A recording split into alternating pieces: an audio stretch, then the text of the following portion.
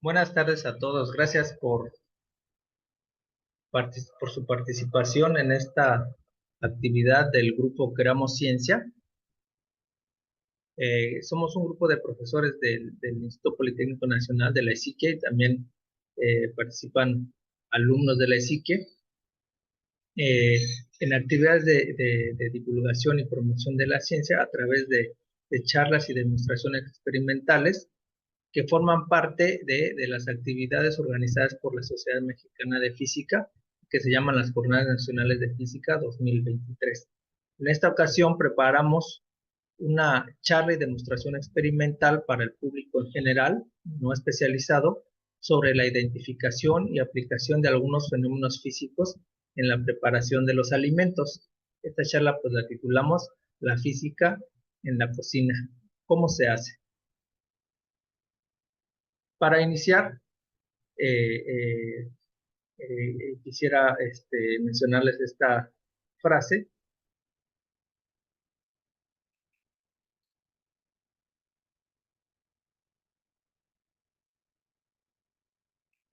que dice, la cocina, un verdadero laboratorio de ciencias. Y es que todos quienes hemos tenido la oportunidad de trabajar en un laboratorio, podemos asegurar que una cocina no es muy diferente a un laboratorio de ciencias. En este mismo sentido, supongo que un estudioso de los alimentos, por ejemplo, un ingeniero en alimentos, nos podría corroborar que ciertamente la cocina puede ser considerada una ciencia experimental. Para continuar con esta analogía entre la cocina y el laboratorio, aquí les muestro imágenes de algunos utensilios y equipos electrodomésticos con los cuales estamos muy familiarizados. Todos conocemos eh, una parrilla eléctrica, un horno de microondas para calentar los alimentos. Utilizamos en nuestros hogares un refrigerador que nos permite congelar o enfriar los alimentos, mantenerlos a una temperatura adecuada para evitar su descomposición. Hemos usado una olla a presión, una olla express, que sabemos se manufacturan, por ejemplo, de aluminio con algunos sistemas de válvula y cuyo funcionamiento implica el aumento de la presión y nos permite cocinar eh, alimentos en tiempos mucho más cortos que lo lograríamos en una olla convencional, ¿verdad?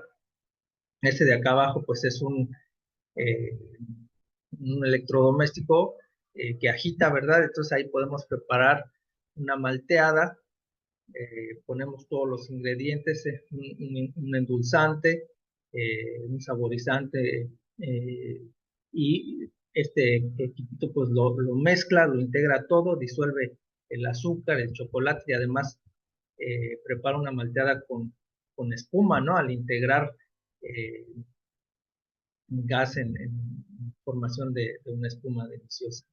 Y también está la imagen de una campana de extracción de humos y vapores que se pueden desprender durante la preparación de los alimentos y finalmente pues un horno, este horno eléctrico que lo podemos utilizar para deshidratar algunos alimentos o cocinarlos. Miren, aquí entonces les muestro materiales, equipo de laboratorio, ¿no? También usamos parrillas de calentamiento, parrillas eléctricas, como estas que están acá. También utilizamos hornos de microondas en el laboratorio para calentar de manera efectiva las sustancias y llevar a cabo reacciones. Obviamente los equipos de laboratorio pueden tener algunos componentes o una instrumentación un poco más sofisticada según los requerimientos, pero los fundamentos de su funcionamiento y su uso pues es prácticamente el mismo, ¿verdad? Es el mismo de los equipos que utilizamos en la cocina, en este caso pues, para calentar. También hay, en los laboratorios también hay refrigeradores para mantener las sustancias a una temperatura adecuada, que no se descompongan.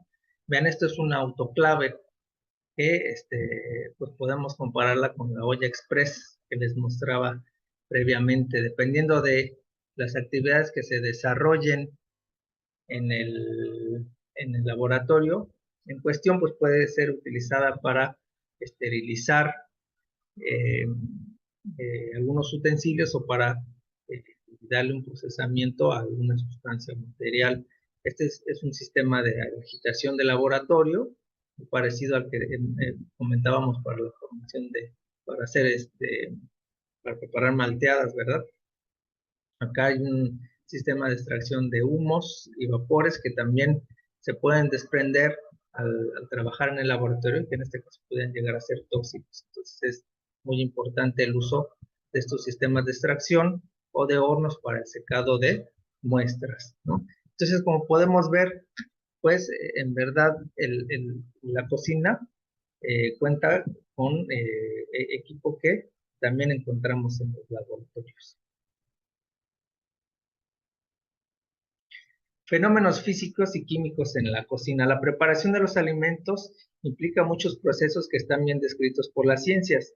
En la práctica, aquellos de nosotros que deseáramos saber por qué ciertas recetas funcionan o no, bajo ciertas condiciones, seguramente podremos encontrar respuesta al identificar los procesos físicos y químicos que están involucradas en estas técnicas aplicadas al arte culinario. Primero quisiera definir qué es un fenómeno físico y qué es un fenómeno químico. Cuando hablamos de fenómenos físicos, pues son aquellos cambios en las sustancias que no implican su transformación en otras diferentes. Es decir, no se está alterando, estos cambios no alteran su estructura interna.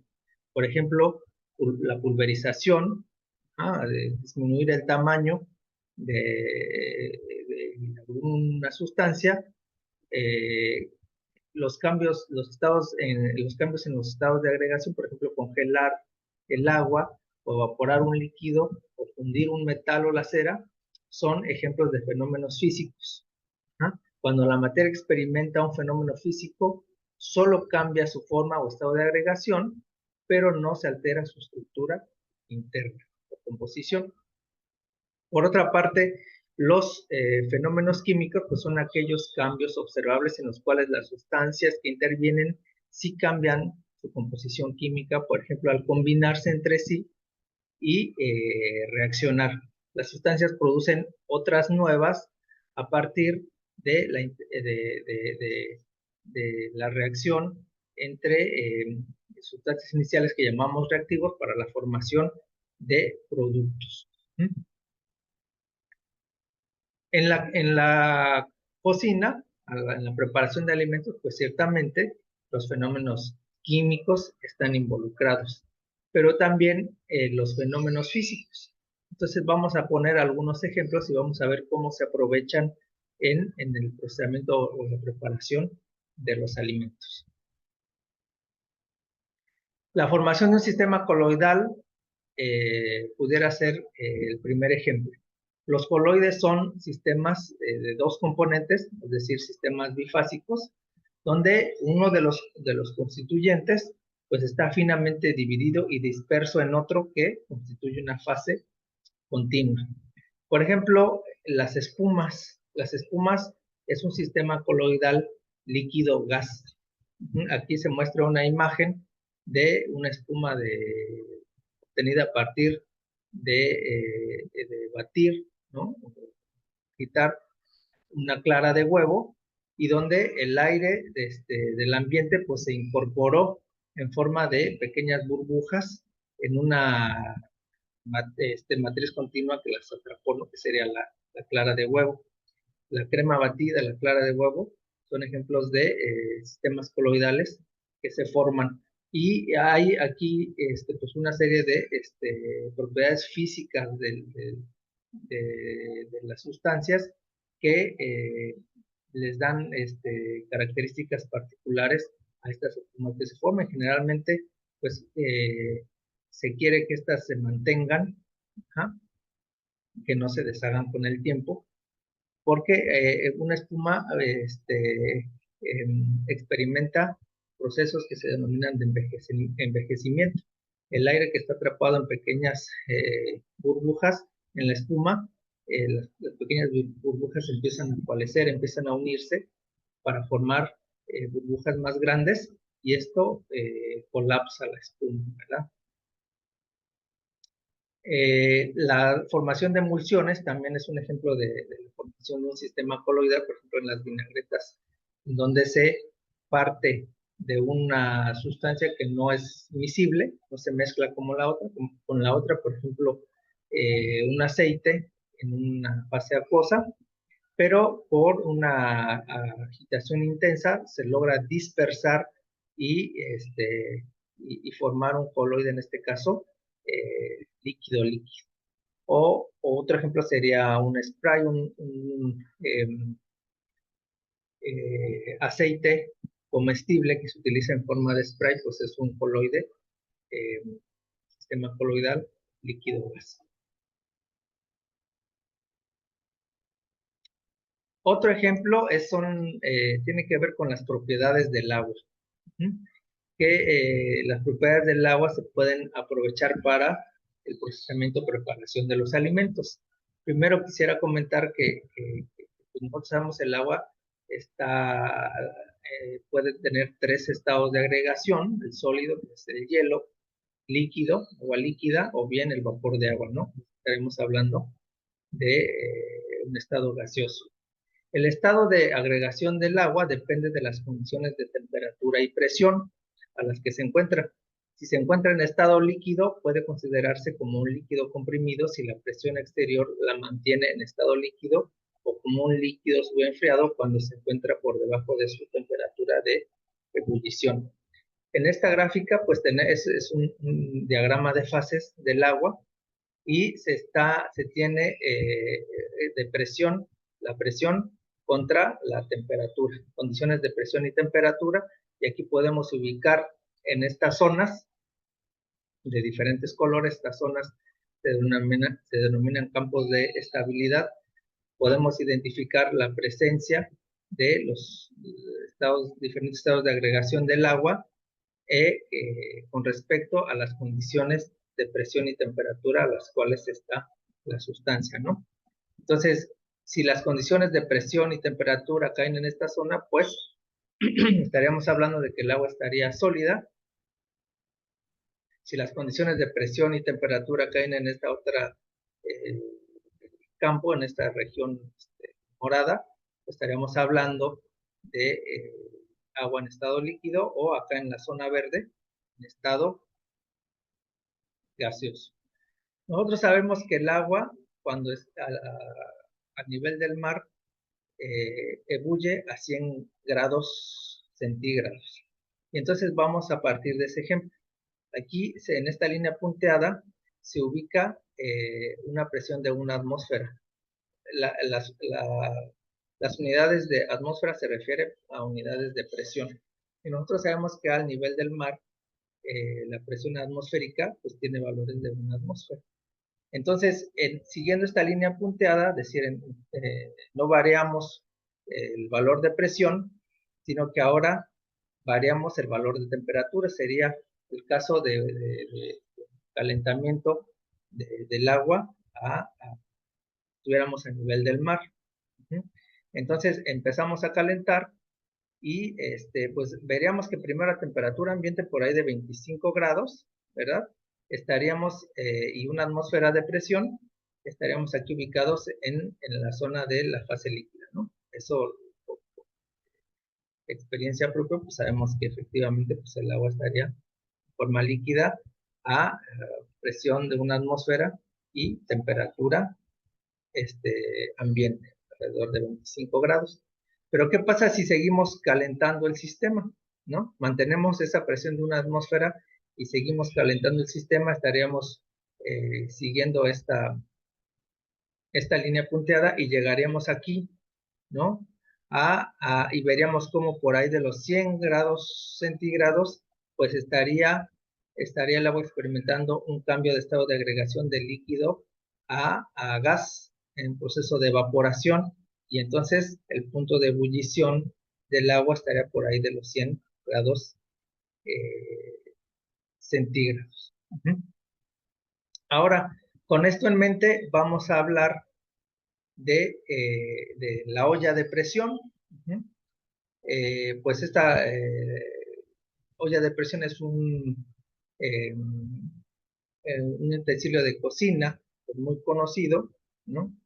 Y aquí se presenta un esquema de un recipiente cerrado, que es haciendo analogía a la olla de presión, donde se le aplica calor y contiene agua, ¿no? Aquí representada en azul, aquí en azul claro, sería el agua en estado líquido, y estas bolitas azules pequeñas, el vapor que se está generando por el calentamiento.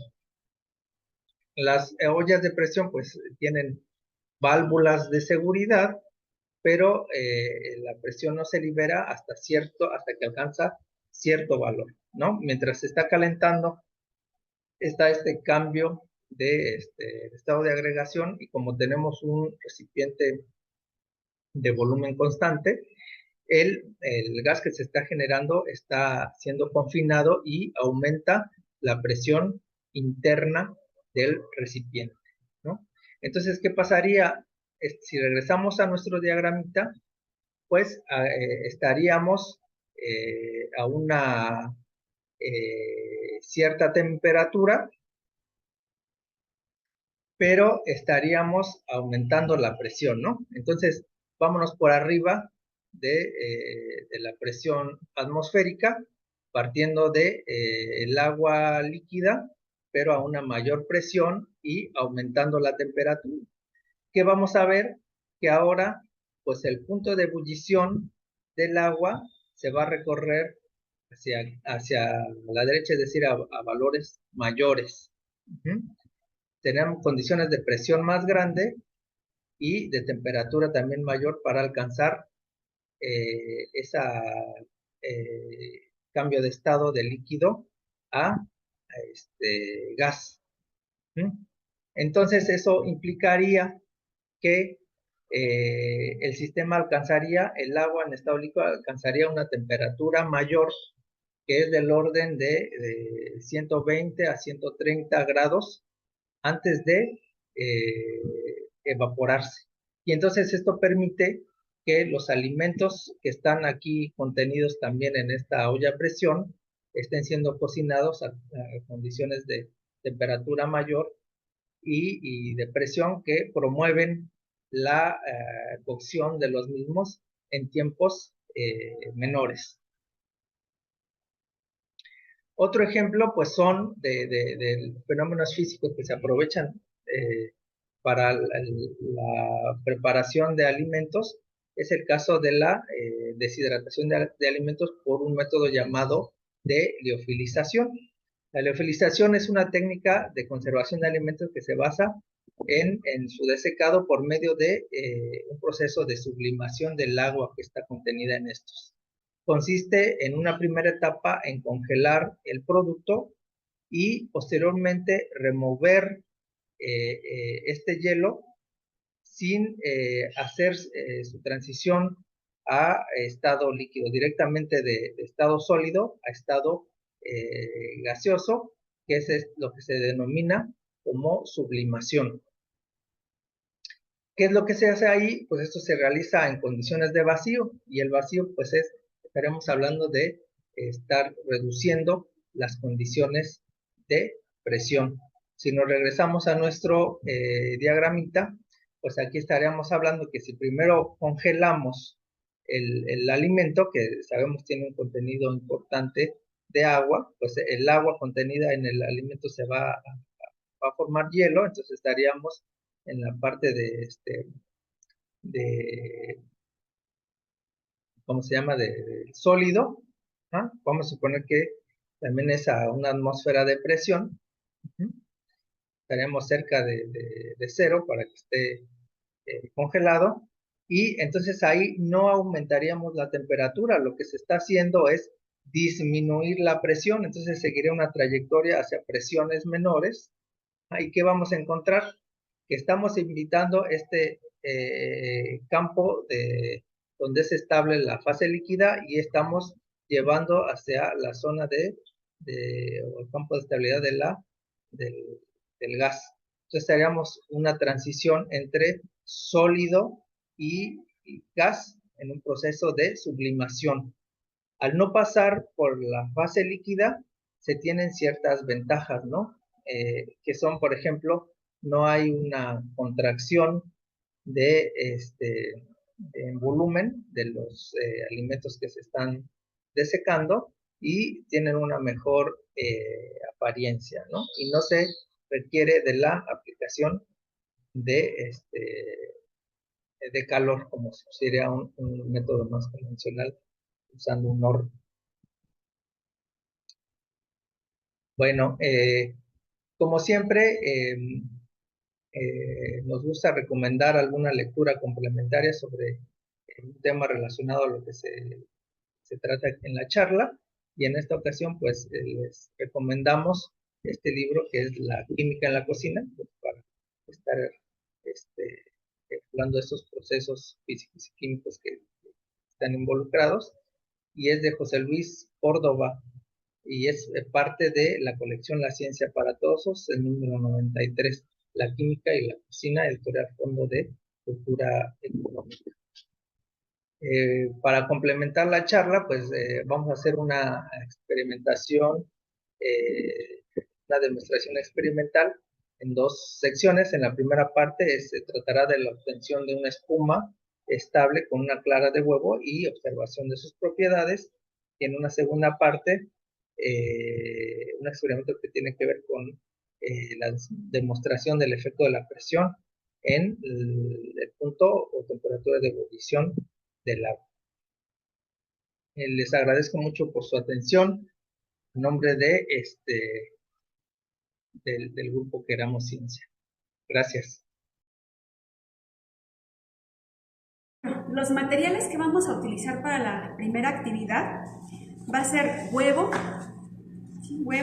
un bowl que esté limpio y pues un batidor de globo, ¿vale? Lo que vamos a hacer, vamos a separar primeramente lo que son las claras del huevo y vamos a colocarlas aquí en el bowl. Entonces vamos a limpiar el recipiente que vamos a utilizar, que quede limpio. Básicamente lo que debe de cumplir el recipiente pues es que no tenga grasa, ¿vale? Entonces, ya que está limpio, vamos a separar las claras.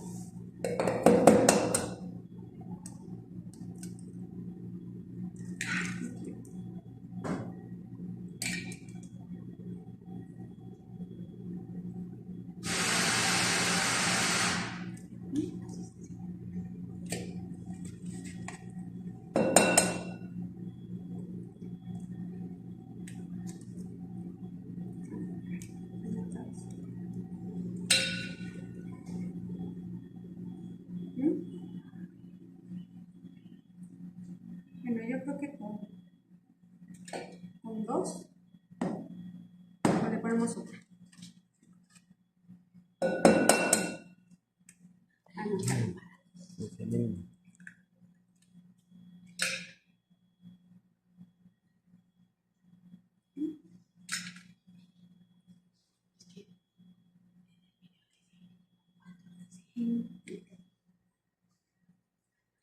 Bueno, vamos a poner uno más.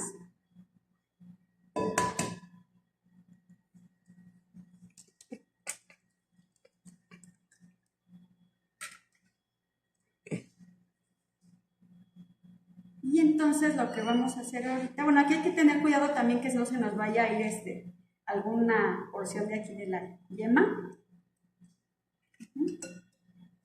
Y bueno, vamos a proceder a batir con el batidor de... Ya. Muy bien. Bueno, vamos a platicar un poquito del huevo. Hola.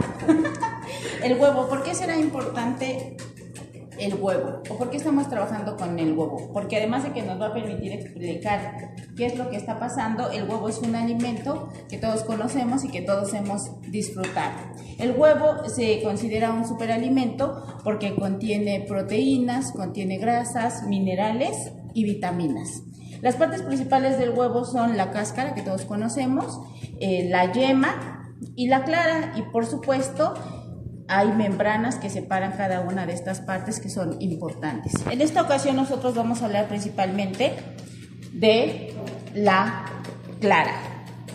La clara está hecha o está compuesta por 88% de agua y 10% de una proteína que se llama albúmina.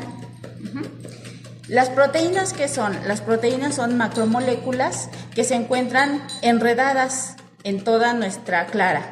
Cuando nosotros las batimos, nosotros estamos introduciendo esfuerzos y eso lo que hace es que desenreda esas cadenas proteínicas. Nosotros sabemos, ya se cansó nuestro, o si quieres nuestro apoyo, nuestro ayudante, pero aquí viene. ¿Quieres que te ayude? Nos turnamos. Nos vamos turnando. Paréntesis, antes de que se inventaran las licuadoras, las batidoras, se tardaba 3 horas en llegar a punto de nieve, ¿no? Gracias a Dios por las batidoras que se inventaron en el siglo XX. Entonces... Ay, la doctora, ¿por qué les decía que no debería de haber yema en el bowl una vez que se ponía la clara? Porque, como les decía la doctora, hay una especie de unión entre esas proteínas, ¿sí, no?, que existen en la clara de huevo, que si nosotros tenemos grasa de lo que está mayormente formada la yema, pues no podríamos generar estos esfuerzos porque ellos se orientan hacia la estabilidad con las grasas. Y entonces necesitamos que no haya ningún tipo de grasa para que podamos generar esos esfuerzos y generar nuestro punto de nieve o esta unión entre los esfuerzos y las burbujas que estamos ingresando con el aire. Sí. 3 horas. Tenemos solamente 3 horas después.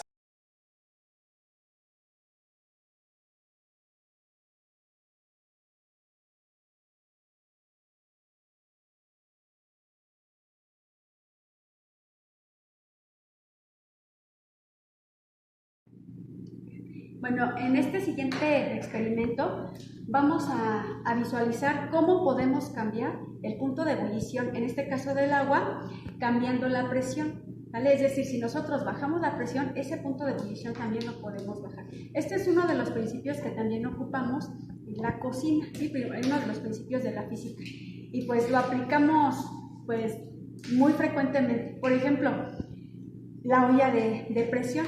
En la olla de presión lo que se hace, como es un recipiente, que como su nombre lo dice, va a estar sujeto a presión, se sella herméticamente, no va a dejar que el líquido se evapore y eso va a generar más presión y por ende también va a aumentar la temperatura y bueno, así se va a lograr una cocción de nuestros alimentos de manera más rápida. Y esto pues lo hemos podido visualizar muchas veces cuando ponemos a cocer, por ejemplo, frijoles, que es lo más común, en una olla, por ejemplo, de barro, que no está herméticamente cerrada, y bueno, va a tardar más el proceso de cocción a que, por ejemplo, si lo hacemos en una olla de presión. Obviamente también aquí tendría que ver que a los frijoles no se les agregara, por ejemplo, sal, ¿no? Porque también ahí se puede alterar lo que es este punto de cocción. Entonces, ¿aquí qué vamos a hacer? Lo primero que vamos a colocar en esta parrilla va a ser 4 matraces que todos tienen agua, sin ninguna otra sustancia, y la estamos sometiendo a calentamiento. Aquí tenemos un termómetro, podemos visualizar que tiene una temperatura de 73 grados centígrados, ¿sí? Ahí sí se ve. Menos de 80. Es decir, todavía no llega al punto de ebullición, ¿vale? Entonces, bueno, ¿qué es lo que vamos a hacer? Vamos a colocar estos matraces que ya tienen esa temperatura en este desecador que vamos a someter a una disminución de presión, al vacío. Entonces, vamos a colocar primero uno, ¿sí? Y por favor aquí pongan atención, vamos a ver cómo va a empezar a burbujear, porque vamos a disminuir justamente esa presión, ¿sí? Bueno, entonces ahí pudimos ver cómo disminuye. Bueno, continuando con lo que ya visualizamos durante el experimento de cómo fue que modificamos el punto de ebullición del agua, ¿qué es lo que está pasando de manera gráfica? Bueno, aquí tenemos un una gráfica en donde vamos a visualizar o vamos a graficar la presión contra la temperatura. Es decir, vamos a ver cómo o cómo podemos cambiar este punto de ebullición del agua cuando modificamos la presión. Nosotros sabemos que a nivel del mar, el agua presenta un punto de ebullición de 100 grados centígrados y a nivel del mar tenemos una atmósfera de presión, ¿vale? Entonces, aquí en la Ciudad de México, el agua va a presentar un punto de ebullición a los 92 grados centígrados, que eso representa pues menos de una atmósfera, aproximadamente 0.76 atmósferas. Nosotros lo que hicimos al modificar o al hacer el vacío en nuestro desecador, esa agua que inicialmente estaba a casi los 80 grados centígrados, entre 70 y 80, pudimos disminuir su temperatura de ebullición, ¿vale?, hasta los 65 grados centígrados, es decir, mucho menor a la presión a la cual ebulle aquí en la Ciudad de México el agua. Entonces, esa presión ya no la medimos, pero muy seguramente va a ser inferior a lo mejor a los 0.5 o al menos a los 0.7 que está presentando el agua. Y entonces, bueno, aquí pues pudimos ver también otro principio de la física que es muy útil y que pues nos ha facilitado mucho la vida, nos ha ayudado a optimizar tiempos en la preparación de nuestros alimentos. ¿Sí? Entonces, pues hasta aquí concluyamos con nuestra sesión de cómo se hace la química en la cocina, que es forma parte de las sesiones que están enfocadas a divulgar la ciencia a público que no es especializado para ver la física desde un punto más amigable y pues que la podamos entender con representaciones de experimentar o realizando experimentos pues de manera sencilla y que conocemos en nuestra vida cotidiana. Entonces, les damos las gracias.